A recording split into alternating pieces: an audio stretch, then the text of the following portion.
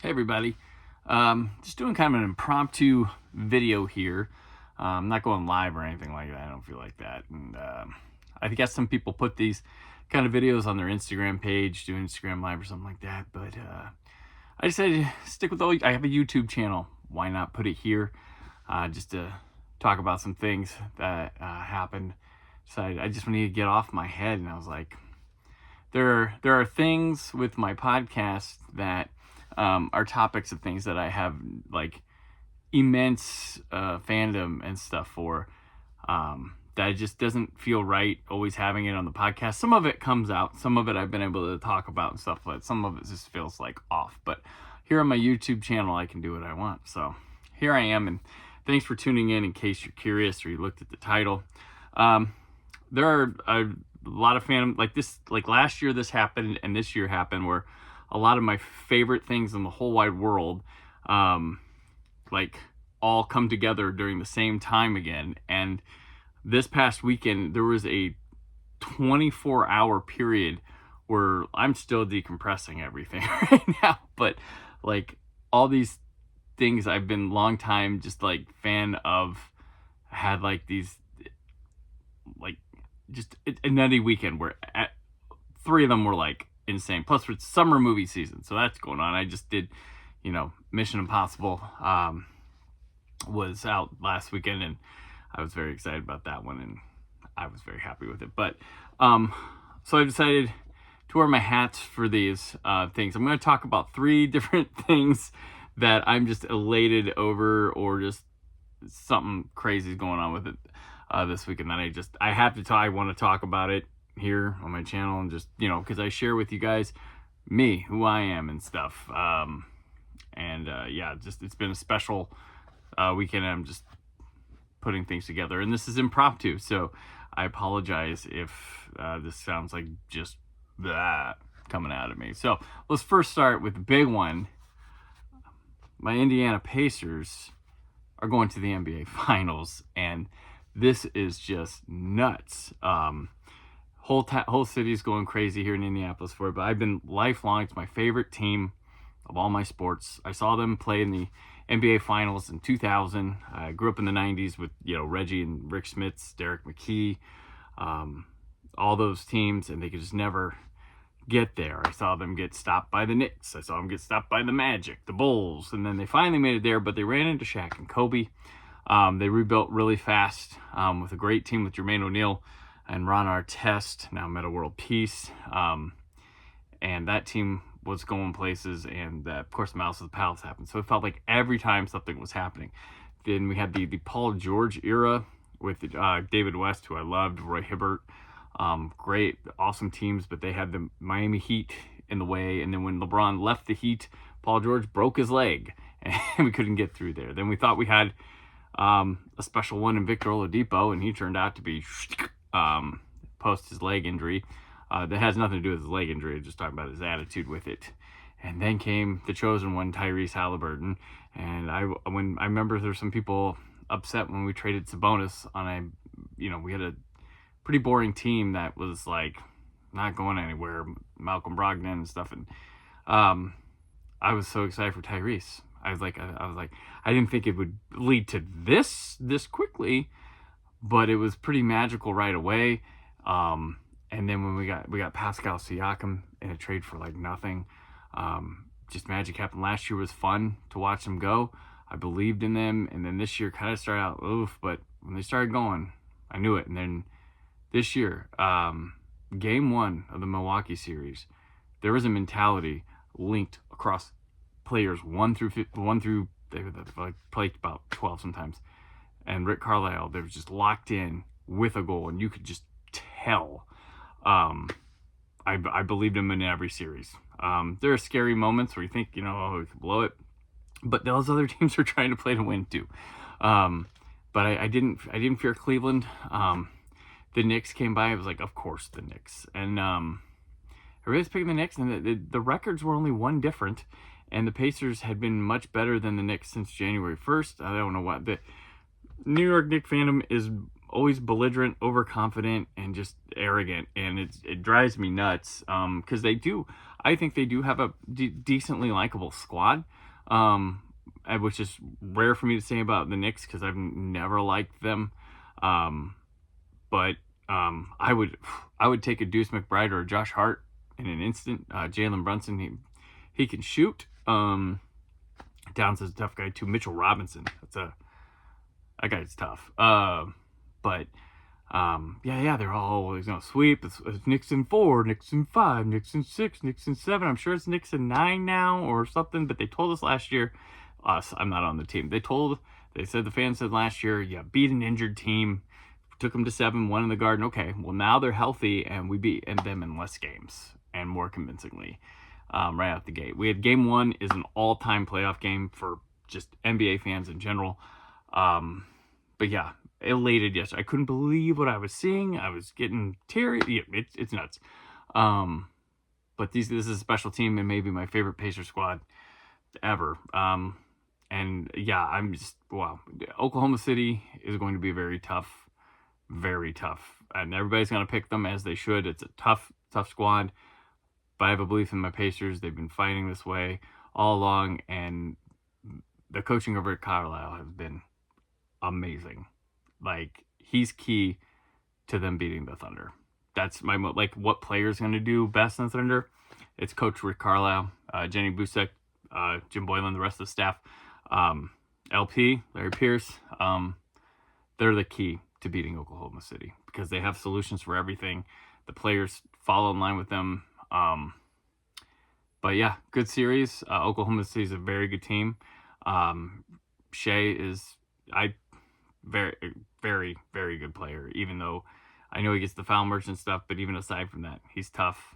Jalen Williams good. The Caruso, man, that guy, lockdown. So, gonna be a fight, and I'm excited to watch the Pacers in the NBA Finals. Like, big time. This is unreal. Tyrese Halliburton, I hope no one ever wears single zero for the Pacers again. I hope it's in the rafters. And if you do this, if they were to get, hypothetically, I think 0, 43, and 33 are up in the rafters. I don't care about the Pacers rule with needing to be in the Hall of Fame. Those three would bring us something we never had. And I got to tell you, my man Nemhard, what a guy. Nemhell, that's what he put Brunson in. And Neesmith, like, just all these guys, just, love them. Love them. If you like high-flying, fast-passing basketball, selfless, with just a team effort, gotta love the Pacers. So, something I'm very excited about. That's what I got my chest with that, too. So, I'm going to wear another hat of fandom for me. Here we go. I don't get to talk about much. Oh, it's my Fire Dancer hat. It's the Dave Matthews Band. The 2025 summer tour has begun. And if you know me, I'm a weirdo historian with Dave Matthews Band. I have an unhealthy amount of their music on my portable hard drives and stuff. And I keep there's a message board called antsmarching.org. And I do venue stats on there just out of my own goodwill because I think it's interesting what they play year to year. Because everybody always judges the tour as a whole and night to night. But I think it's more important what they're playing, where they're at, comparing it to previous years, and how different they mix up the set list for them. Because if you're not familiar with them, like Fish, like Grateful Dead, like Humphreys McGee, stuff like that, they new set every night. And this tour started out like, first 3 shows. And I was fortunately, I went to the Blossom show, which is in Cuyahoga Falls, Ohio, which is just north of Cleveland. And on Friday night, and holy crap, not expecting this. The show was a heater, came out the gates. They played 19 songs. I believe 14 of which were tour debuts. They only repeated 4 songs from the previous year of Blossom. Big time. The leading album that they played most songs off of was Busted Stuff with 3, which include the title track Busted Stuff, which is one I'd been chasing for years, and I finally saw last year in Columbus, Ohio. Now I've seen it again here in Blossom. The last 2 years of Blossom have been absolute fire. It's going to be hard to pass that place up again. I've been 4 times to it now. Let's see, they play Big Eye Fish, which I always love. Into Bartender, the fish tender as they call it. Open with a song that Jane likes, which I've never seen open, and he didn't introduce it. I've got a sister, her name's Jane. This is a song Jane likes, which is pretty nerdy stuff, but neat to see. They liberated Dive In. I saw the last time it was liberated, which means it hadn't been played in over 1,000 days. Let's see, Space Between got played on the baritone, the electric guitar. They heard his new song, Peace on Earth, in the solo in the Encore 1 spot. It's okay. And they covered Word Up by Cameo, which it's going to be played all summer everywhere. But you know what? I like the song Word Up anyway, and I'd always suggested it as a cover that kind of, they call it interpolation, where they kind of play it in the middle of another song. And I thought during the Big Whiskey tour back in the day, that'd be cool with Shake Me Like a Monkey. But now here it is. And Rashawn Ross is singing it, and the crowd loves it. So guess what, haters, it's not going anywhere. But yeah, good stuff. I saw Come On, and the only thing for the second time, I hadn't seen either of them. I hadn't seen the only thing since it debuted at Deer Creek back in 2021. And yeah, which is crazy because they've just been going through an album tour of Walk Around the Moon, and that's one of them on there, and I just keep missing that one. And then Come On, I saw on the it was on Live Tracks 46, but it was on the Come Tomorrow album tour, and I hadn't seen it since then. So kind of neat to reunite. We had also a All Along the Watchtower mid-set early. They usually close a set or a show with it, so it's always a treat to get it in the middle of the show. But yeah, this thing just ran. Boom, boom, boom, boom, boom. And every time, like my friend Torrance and I are there together, we're like, where's the cliff? Where's the cliff? Because as a DMV fan, it's going to maybe get regular or safe at some point, or maybe a song that's not desirable. And that did not happen all night. Did not. Even when it got regular kind of towards the end, it was good stuff. It was fine. And then the next night in Merriweather, I didn't go to that last night, but that started off hot and boom. One song I was bummed. They cut So Right was supposed to close the main set of the show. That's a big time favorite of mine. I've seen it a lot, but they cut it and it opened the next show. But that was the only bummer there. But I'm like, that show was too good. Last time might have been over the edge for me. That's it. So I hope DMD continues to open up the tour. I hope they play Kit Kat Jam as a full band for the first time since 2013. That would be wonderful. I'd love to finally catch Hello again, but hey, got busted stuff again. That's a show like it's unreal. I know they've been playing it here and there the last couple tours, but when you've gone for years thinking it's just a dead song and never gonna happen, and it sounds wonderful, because they brought it back before and it sounded like ass, but this one sounds wonderful. So, okay, it's my DMB cap. Now, lastly, let's talk about Doctor Who. That finale that aired Saturday. So I went from DMB show Friday, Saturday afternoon, Doctor Who finale, and then the Pacers on Saturday night. So this Doctor Who finale was, I don't know. I still don't know how I feel. I think some of it's messy. I think some of it's not what was intended. Yeah. I was okay with like how they handled the Ronnie situation. Some things were confusing for us, but I did like the dedication to the last half hour being character focused and kind of wrapping up some reality stuff, but it was wild. I think I'm mostly positive about it, but I was not. I stay away from. I try best to stay away from leaks and spoilers. I just want to watch it on my own terms and not know things beforehand or be influenced by how I'm supposed to feel going in. So spoilers. Here's the spoilers if you haven't seen it.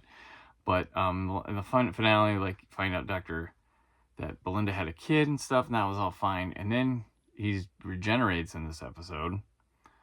Okay, quickly gone. I guess he's the kind of like the Colin Baker of this modern era of Who, and he's gone real fast.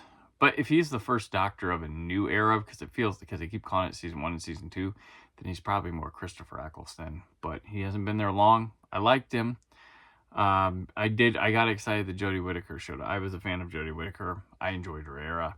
I think it gets stronger when you go back to it. So it was really, I was stunned to see her back already. But then, hey, they both now have a multi-Doctor story. I know The Fugitive Doctor was with Jodie, but like, and I guess her finale had a lot of multi-Doctor stuff, but it was different here. But Ncuti got a multi-Doctor stuff, so I really liked her and him talking. But then he regenerated